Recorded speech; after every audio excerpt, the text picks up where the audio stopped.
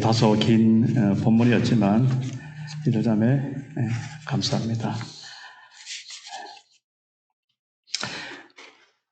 백문이 불여일견이라는 말 여러분 잘 아시죠? 100번 듣는 것보다 한 번 보는 것이 낫다. 그죠? 혹은 또 이렇게 말하죠. 100번 듣는 것이 한 번 보는 것보다 못하다. 보는 것이 얼마나 우리에게 큰 인상을 남겨줄 수 있는지, 그리고 정말 강력한 메시지를 줄 수 있는지 단적으로 표현할 말입니다. 우리 중고등부 백문이 불여일견. 예배 끝나고 물어볼 거예요. 저희 그 어린 시절, 그러니까 60년대죠. 60년대입니다. 그때 저희들은 이제 라디오를 주로 많이 들었죠. 그때 그 어렸을 때 들었던 드라마는 아니고 퀴즈 프로그램인데 100만인의 퀴즈 그랬어요.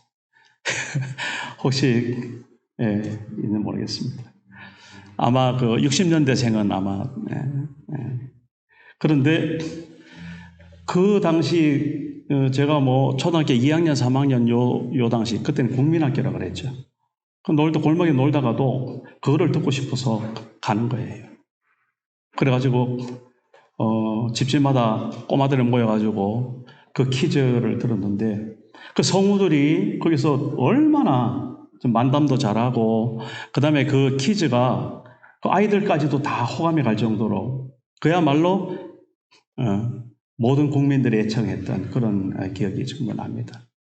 그러면서 그렇게 들으면서 얼마나 많은 상상을 했던지 그 어린 마음에 그 속에 사람들이 조그마한 사람들이 거기서 그렇게 하는 줄 알았어요. 그 라디오 속에서 좀 그럴 정도로 무식한 거죠.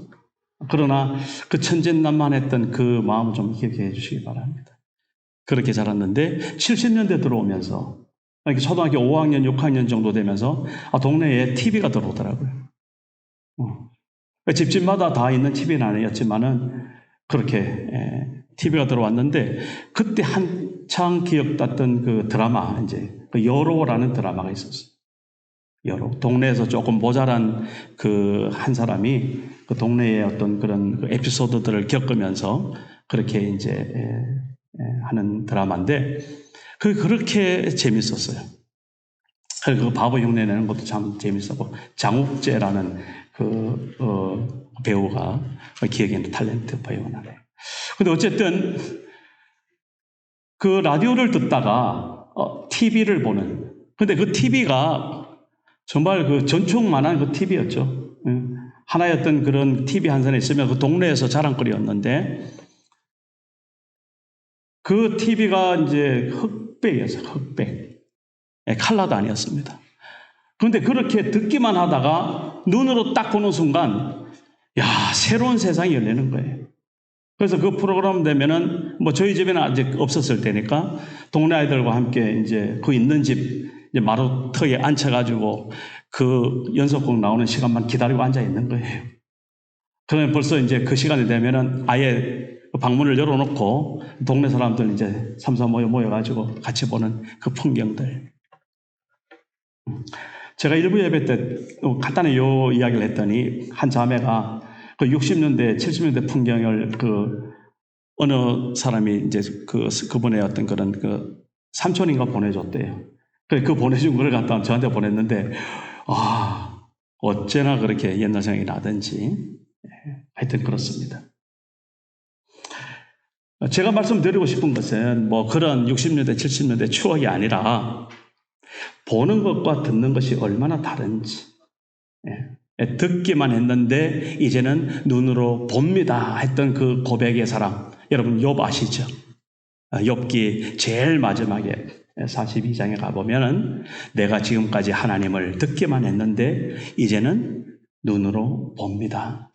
그런 고백을 하고 그 다음에 나오는 말씀이 욥이 제 가운데서 회개한다는 그 당대의 의인 정말 그 믿음의 사람 어떤 사단 마귀의 괴계도 넘어지지 않고 끝까지 하나님을 부인하지 않고 하나님의 절대 주권을 고백하면서 그렇게 하나님 앞에 버텼던 그 욥이 결국에는 그 욥이 다 끝나가는 바로 그때에 내가 이제는 눈으로 주님을 봅니다. 그리고 회개합니다.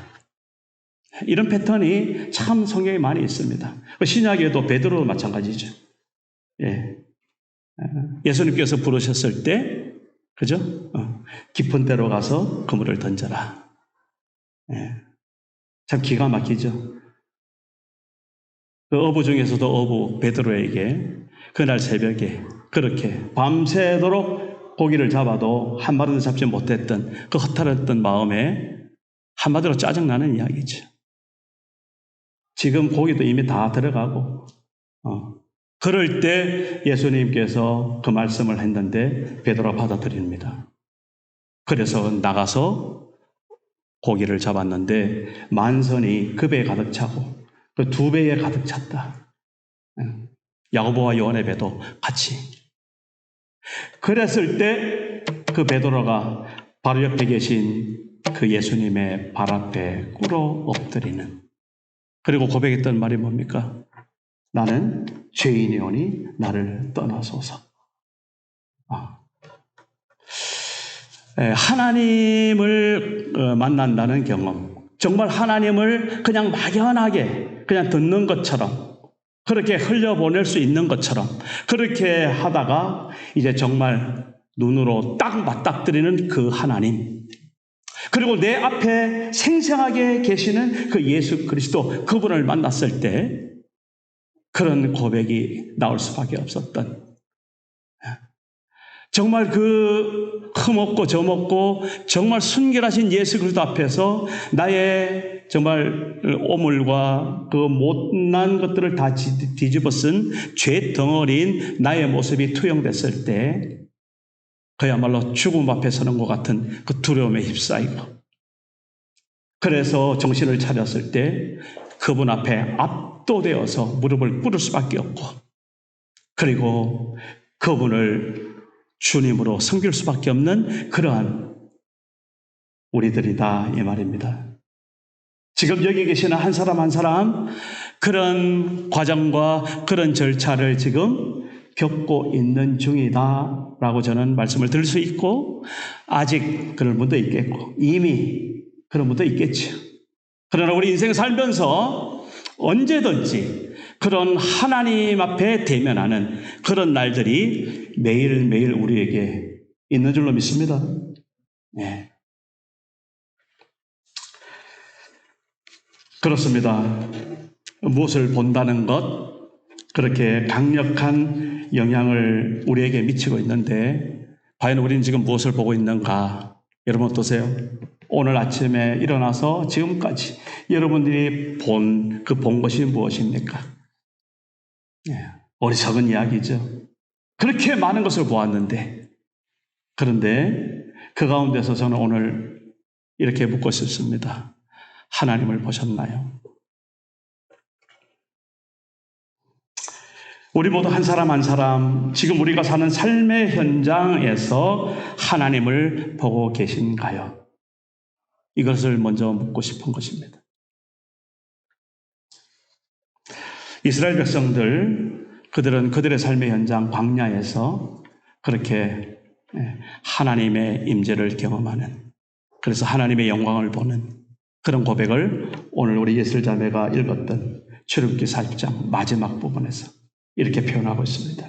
낮에는 여호와의 구름이 성막 위에 있고 밤에는 불이 그 구름 가운데 있음을 이스라엘의 온 족속이 그 모든 행진하는 길에서 그들의 눈으로 보았더라. 출애굽기 40장 38절 마지막 절 말씀. 저는 오늘 이것을 그대로 인용해서 우리 메시지에 하나님 주시는 메시지의 제목을 그렇게 그대로 보시죠. 그들의 눈으로 보았더라. 이 제목으로 이렇게 했는데, 이 제목을 정하고 난 뒤에 바로 저한테 이런 질문이 나더라고요. 너는 지금 하나님 보고 있냐? 그리고 우리 트리니티 한인교회 우리 성도들은 우리 주님을 보고 있나? 이제 이렇게. 그래서 이 말씀을 준비하는 내내 정말 감사가 있었고 또 회개도 있었고 또 오늘 이 시간을 통해서 이 말씀이 잘 전달되어서 우리 한 사람 한 사람에게 생명의 말씀으로 그렇게 하나님께 주시는 말씀이 된 줄로 믿습니다. 그렇습니다. 이스라엘 백성들이 눈으로 본 그 하나님, 여호와 하나님. 자, 그런데 여기에서 잠깐 멈추시고 하나님만 봤을까? 이런 생각이 들었네요. 그러니까 그들의 눈으로 실제 보이는 것이 먼저 하나님 이전에 생생하게 뭐가 보였을까요? 그 광야가 보이는 거예요. 그 삶의 현장이 보이는 거예요. 이건 그대로 우리한테 적용되지 않습니까? 우리 인생살이 삶의 순간순간 가정이나 직장이나 뭐 학교나 어디를 가든지 심지어 교회 안에서조차도 광야가 보이죠. 광야 어떤 것입니까? 푸른 초장하고는 좀 다르죠. 광야 그러면 광야를 좀 가봤어야 되는데 사진으로만 봐도 그리고 뭐 이렇게 TV 같은 데서만 봐도 그 광야 한마디로 말해서 사람이 살 때가 아니지 않습니까? 보이는 거는 그냥 산이고 물도 제대로 없고 말하자면 그 사막 한가운데로 거니는 그런 산 계곡 골짜기로 그냥 그렇게 헤맬 수밖에 없는 그곳을 광야라고 하고 낮에는 정말 뜨거워서 못 살고 밤에는 추워서 못 살고 더군다나 그렇게 아무것도 없는 것 같아도 자리만 앉으면은 뱀이 득실거리고 정갈이 왔다 갔다 하고 하는 그 광야. 그 광야가 오늘 우리의 삶의 현장이다라는 것을 우리 꼭 잊지 마셔야 되겠습니다. 그렇게 따지면 지금까지 우리가 이 세상에서 삶으로 버텨내온 것만 해도 참 여러분 대단하세요. 정말 승리하셨어요. 예. 그리고 지금도 여러분들 어떻습니까? 열심히 잘 살고 계시잖아요. 대단하시죠. 그 광야. 이스라엘 백성들 역시 마찬가지로 그 광야 가운데 지금 그 자리에서 그렇게 있습니다. 그들은 그 광야를 보았습니다. 오늘 우리가 우리의 삶을 보는 것처럼. 그리고 또 한 가지 본 게 있죠. 이스라엘 백성들이 무엇을 봤습니까? 오늘 본문 속에서 우리 출애굽 읽었으니까 그 앞에 뭐가 있습니까? 성막이 있지 않습니까? 성막. 네. 부살렐, 오홀리압, 그리고 하나님께서 지혜를 준, 그래서 그 지혜로운 마음이 가득한 이스라엘 백성들이 뽑혀서 성막을 만드는 거예요. 네.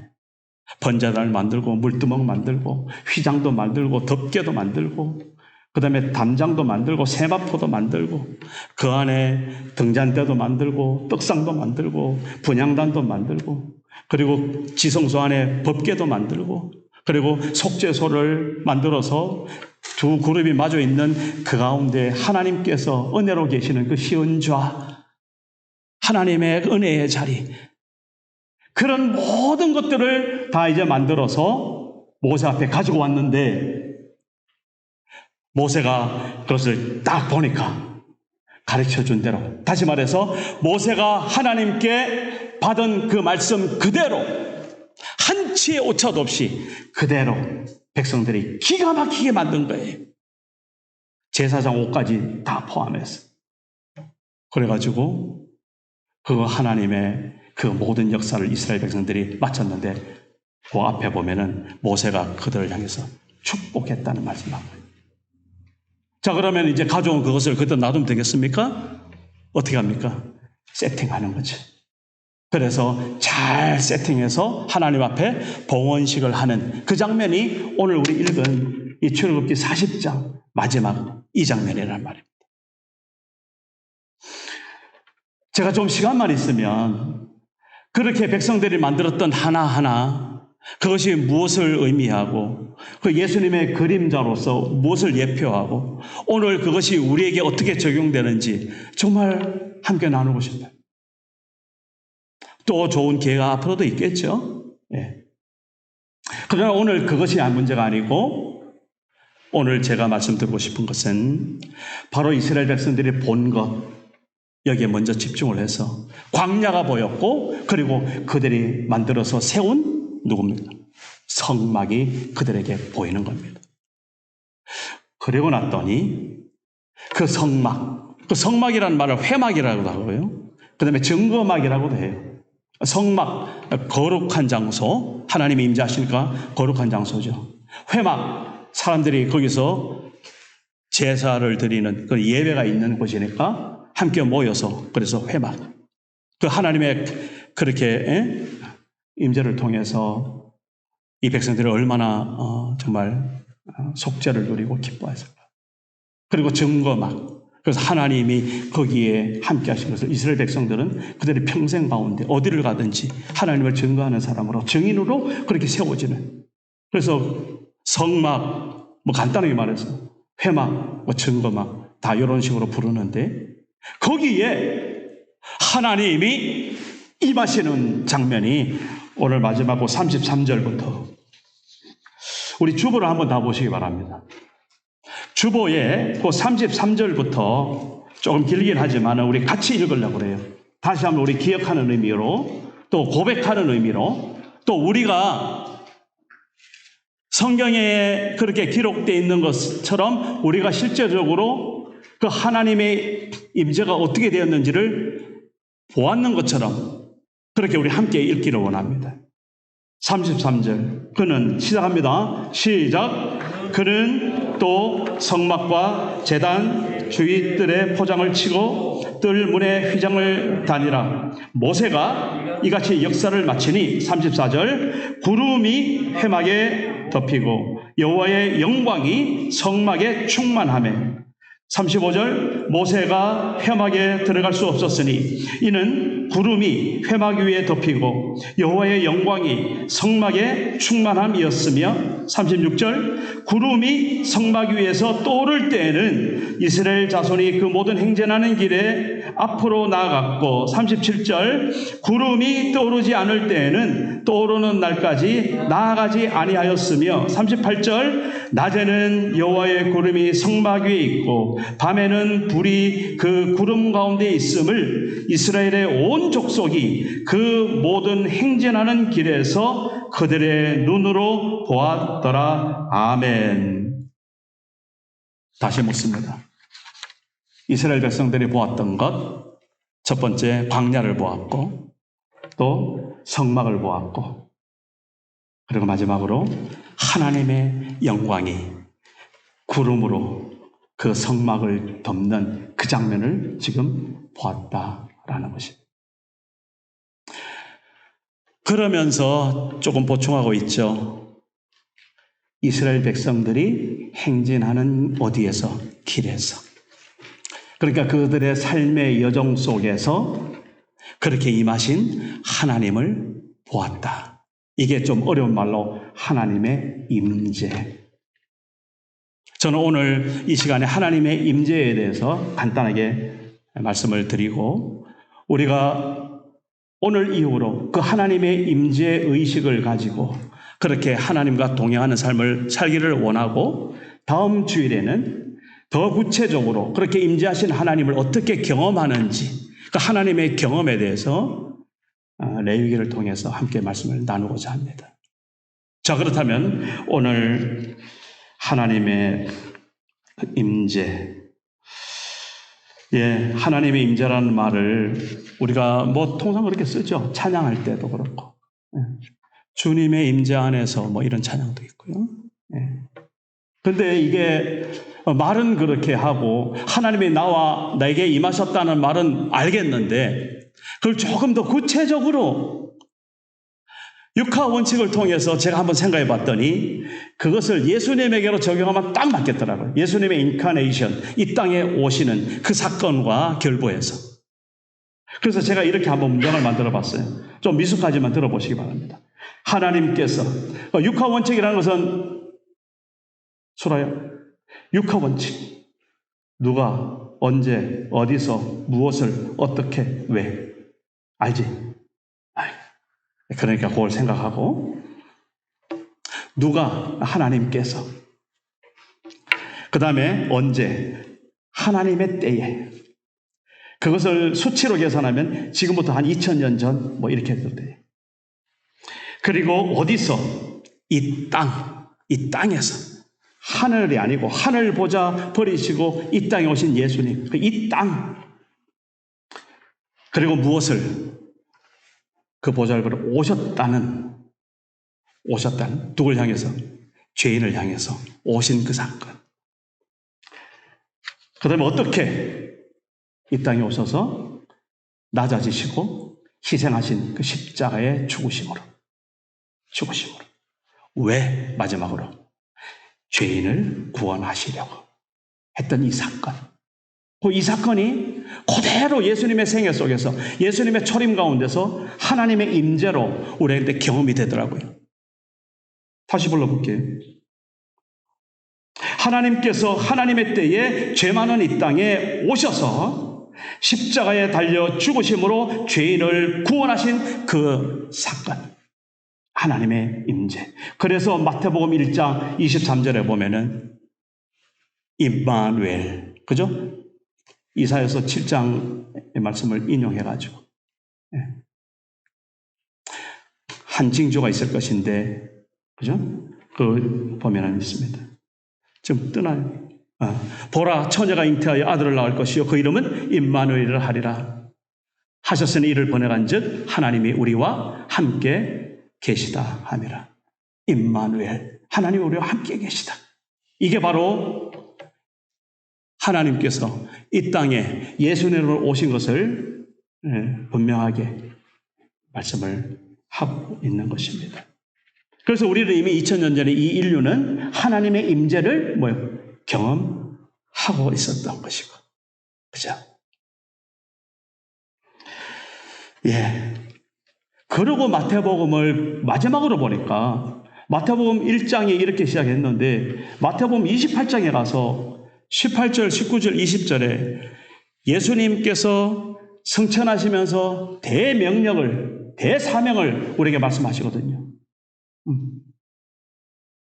하늘과 땅의 권세를 나에게 주셨는데 하나님이, 예수님이 하시는 말씀이에요. 너희는 가서 모든 민족으로 제자를 삼아 아버지와 아들과 성령의 이름으로 세례를 주고 내가 너에게 분부한 모든 것을 가르쳐 지키게 하라. 네. 그 사명을 예수님을 바라보는, 그리고 오늘 우리 예수님을 고백하는, 그리고 예수님을 따르는 모든 사람에게 주신 마지막 유언의 사명인데 오늘 우리는 너무나 그걸 잘 알고 있죠? 그런데 그 뒤에 볼지어다 내가 세상 끝날까지 너희와 항상 함께 있을 것이다. 하나님의 임재로 시작해서 하나님의 임재로 끝나는 게 마태복음이에요. 네.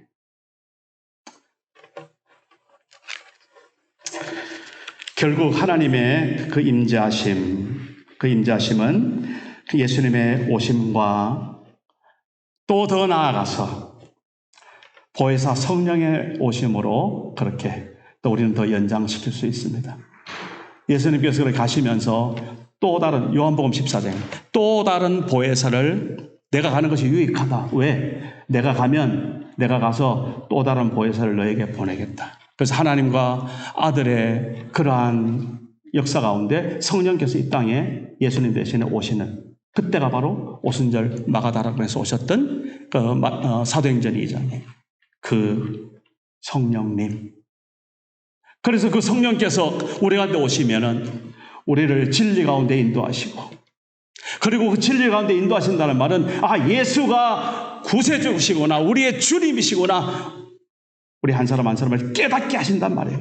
성령 받은 사람, 온 난리치는 게 성령 받은 게 아니라 예수가 분명히 이 인류의 구세주시요, 하나님의 아들이시요, 그리스도시요, 나를 구원하신 구세주시요, 나의 왕이시요, 내가 따를 주님이시라고 고백하도록 하시는 그것이 진실하게 하나님 앞에, 사람들 앞에 증거가 될 때 성령 충만한 사람이죠.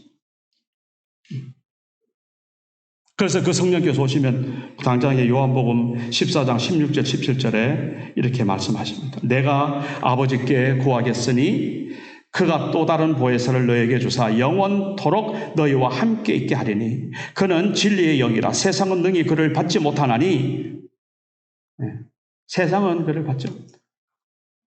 이는 그를 보지도 못하고 알지도 못함이라. 그러나 너희는 그를 아나니 그는 너희와 함께 거하시며 또 너희 속에 계시겠습니다. 성령 하나님께서 오늘 우리와 함께 하시고 우리 안에 거하신다. 우리 이 공동체 속에 거하신다. 우리 한 사람 한 사람의 심령 가운데 거하신다. 뭐 단수든 복수든 상관없습니다. 성령 하나님께서 그렇게 오늘 우리와 함께 하십니다. 하나님의 임재죠. 하나님의 임재. 예수님께서 육신으로 오셔서 하나님의 임재. 그 후에 성령께서 이 땅에 오셔서 우리와 함께 하시는 이 고백 속에 우리는 하나님의 임재를 오늘도 경험하고 있는 이 놀라운 은혜와 축복. 네, 우리 잘 태어났죠? 구약시대 때 태어났으면 오늘 출애굽기 40장 정도밖에, 출애굽기 40장에서는 하나님 어디에 임재하셨습니까? 성막 가운데. 그죠? 그 성막이 이제는 요단강 건너 가나안 땅에 가서 예루살렘에서 무엇으로? 솔로몬 때 성전으로. 그죠? 성전으로. 그래서 하나님의 영광이 그 성전 가운데.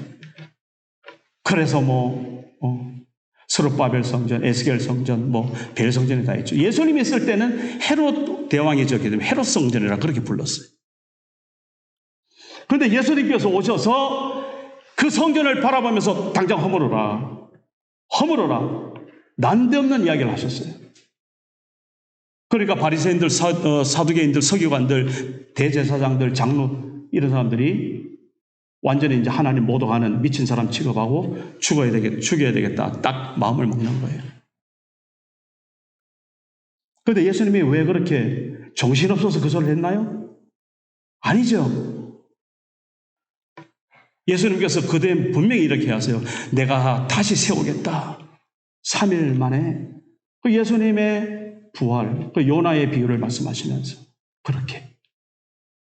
다시 말해서 예수 그리스도 그분이 성전, 그분이 이 땅에 오신 하나님이시요, 우리가 그분을 모시고 말씀되신 그분이 내 안에 주인이 될 때 우리는 우리 몸이 하나님의 성전이 된다는 사실. 고린도전서 3장 16절. 요한복음 3장 16절 너무나 잘 아시죠? 하나님이 세상을 이처럼 사랑하사 독생자를 주셨으니 누구든지 예수 믿으면 좀 따라 좀 하세요. 그거 모르세요?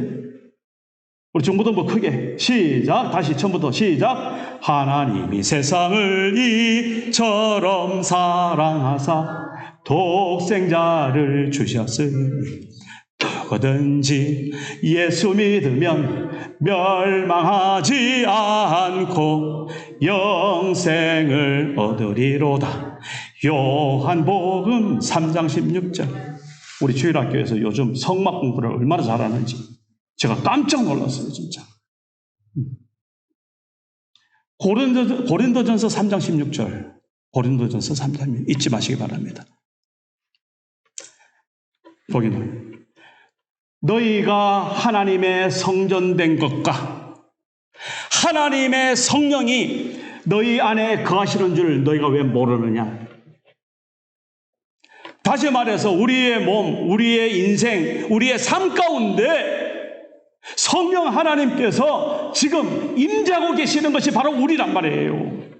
이게 하나님의 자녀란 말이에요. 이게 오늘을 사는 우리 그리스도인이란 말이에요. 그러면서 17절에 뭐라고 합니까? 17절 다시 합니다. 누구든지 하나님의 성전을 더럽히면 하나님이 그 사람을 멸하시리라. 하나님의 성전은 거룩하니 너희도 거룩하라 말씀하시는 겁니다. 예수 믿고 함부로 살지 마세요. 사실 저는 지난 주의 말씀을 통해서 하나님이 또 특별히 우리에게 주시는 하나님의 자녀라는 아들이라는 그런 강조 얼마나 좋죠. 그리고 앞으로 성숙도 이야기한다니까 넘어갔는데 우리 예수 믿고 막 살면 안 돼요. 그리고 막 살 수도 없어요. 예수 믿기 전하고 예수 믿고 난 후의 삶은 달라져야 돼요. 다를 수밖에 없는 거예요. 왜? 내 안에 성령께서 나에게 말씀하시고 성경 66권을 통해서 나에게 말씀하시고 그리고 하나님의 그 임재 가운데 하나님의 성령으로 충만케 하심으로 내가 그 하나님을 오늘 찬송됐죠. 원하고 원하는데 우리가 어떻게 막 삽니까? 하나님의 자녀답게 살아야죠. 그러나 착각은 하지 마시기 바랍니다. 우린 천사가 아니에요. 하늘 둥둥 떠다니는 사람이 아니에요. 이 땅에 발을 딛고 사는 사람입니다. 이 땅은 광야라 그랬죠. 피 터지게 싸우는 거예요. 일하다가 쓰러질 수도 있고 피 흘릴 수도 있고 뼈 부러질 수도 있고 오해받을 수도 있고 고난당할 수도 있고 또 쌍욕 한마디 할 수도 있고 그렇습니다. 우리의 삶입니다. 그러나 그러한 우리의 삶의 스타일을 더욱더 하나님 앞에 성결하게 거룩하게 성장시키면서 하나님의 성품을 따라서 살아가는 우리 인생이라는 사실을 꼭 잊지 마시기 바랍니다. 막 사는 게 아닙니다. 자, 조금 벗어났습니다. 다시 돌아오기 위해서 저를 따라해 보십시다. 하나님은 어디나 계신다. 이게 오늘 우리에게 하나님께서 축복으로 말씀하시는 겁니다. 어디나 계신다. 하나님이 계시지 않는 곳은 아무 데도 없다. 이 우주 만물, 하나님의 지으신 이 창조물, 피조된 이 세계 가운데 계실 뿐만 아니라 이 우주 만물 밖에도 계시는, 왜? 이 우주 만물을 창조하신 하나님이시기 때문에 거기도 계신다. 여러분 혹시 조심하시기 바랍니다. 이단 사설들, 사이비들은 어떻게 말합니까? 하나님이 이 안에 내재성만 이야기합니다. 그래서 가다 보면은 하나님이 네 안에 있다. 그게 어떻게 틀어지는가 하면은 그래서 너가 뭐가 될 수 있다. 네가 바로 신이다. 이렇게 나가는 거. 달라이라만 사람이 그 메시지가 아주 탁월합니다. 그래서 젊은 애들이 뉴욕에서 전 세계에서 달라이라마 쫓아가고 이러고 돌아다닙니다. 미혹되는 거죠. 하나님은 어디나 계신다. 그러나 꼭 기억하시기 바랍니다. 이 피조물 세계, 이 만유 가운데 계시고 그리고 만유 밖에도 계시고 다시 말해서 하나님은 계시지 않는 데가 아무 데도 없다. 자, 그럼 조금 더 축약시켜 보십시다. 그 하나님의 임재를 가르치기 위해서 이스라엘 백성들에게 무엇을 성막을 짓고 그렇게 그곳에 하나님이 임재하시는 것을 보여주셨고 성전을 통해서 보여주셨고 예수 그리스도를 통해서 보여주셨고 오늘 예수 믿는 나를 통해서 메시지가 되게 하시는데 결국은 세상을 향해서 어떻게 성전답게 살아가는 그런 메시지로서 살아라. 그래서 세상에 너는 빛이고 소금이고 물론 예수님도 그렇게 말씀하셨지만 우리에게도 그게 바로 우리가 하나님을 모신 성전인 성막인 하나님의 임재를 경험한 하나님의 자녀인 것을 선포하고 증거하라고 그렇게 말씀하시는 것 아닙니까? 자, 이제 결론적으로 묻습니다. 에베소서 4장 5절에서 6절만 한번 보고 넘어가십시다. 그거 좀 띄워주시기 바랍니다. 에베소서 4장 5절 6절입니다. 주는 한 분이시요 믿음도 하나요 세례도 하나요 하나님도 한 분이시니 곧 만유의 아버지시라. 만유 위에 계시고 만유를 통일하시고 만유 가운데 계시도다. 하나님의 편지하신 어디나 계시는 하나님을 강조하는 그런 사도 바울의 고백입니다. 자, 이제 그렇다면 다시 묻습니다. 오늘 내 안에 하나님이 계십니까? 답하십시오. 뭐 겉으로는 안 해도 됩니다. 속으로 대답하십시오. 우리 아멘이죠? 아멘. 우리 예슬자매가 고기를 딱 끄는데 너무너무 위로가 되네. 할렐루야. 예슬아 고마워. 고마워. 꼭 이 질문 기억하시기 바랍니다. 오늘 내 안에는 하나님이 계신가? 필립 얀시라는 사람이 내 안에 하나님이 없다. 그 책 쪽에 있으니까 가서 빌려보세요.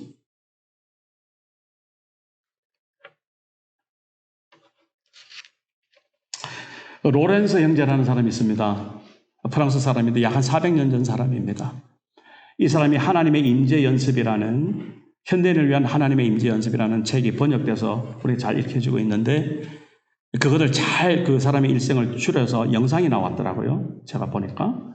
그래서 그 영상을 보면서 하나님의 임재가 어떤 것인지, 우리 일상 가운데 하나님의 임재가 어떻게 정말 그렇게 임재하시는지, 그분의 예를 들어서 한번 보시고 제가 한마디만 하고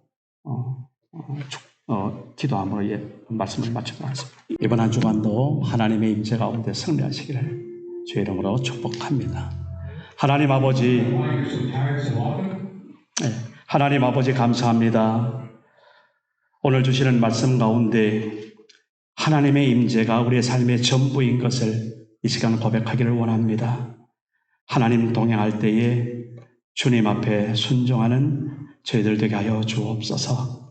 이번 한 주간 하나님 우리에게 그렇게 하나님의 임재를 경험하는 간증을 우리에게 허락하여 주옵소서. 감사하며 예수님의 이름으로 기도합니다. 아멘.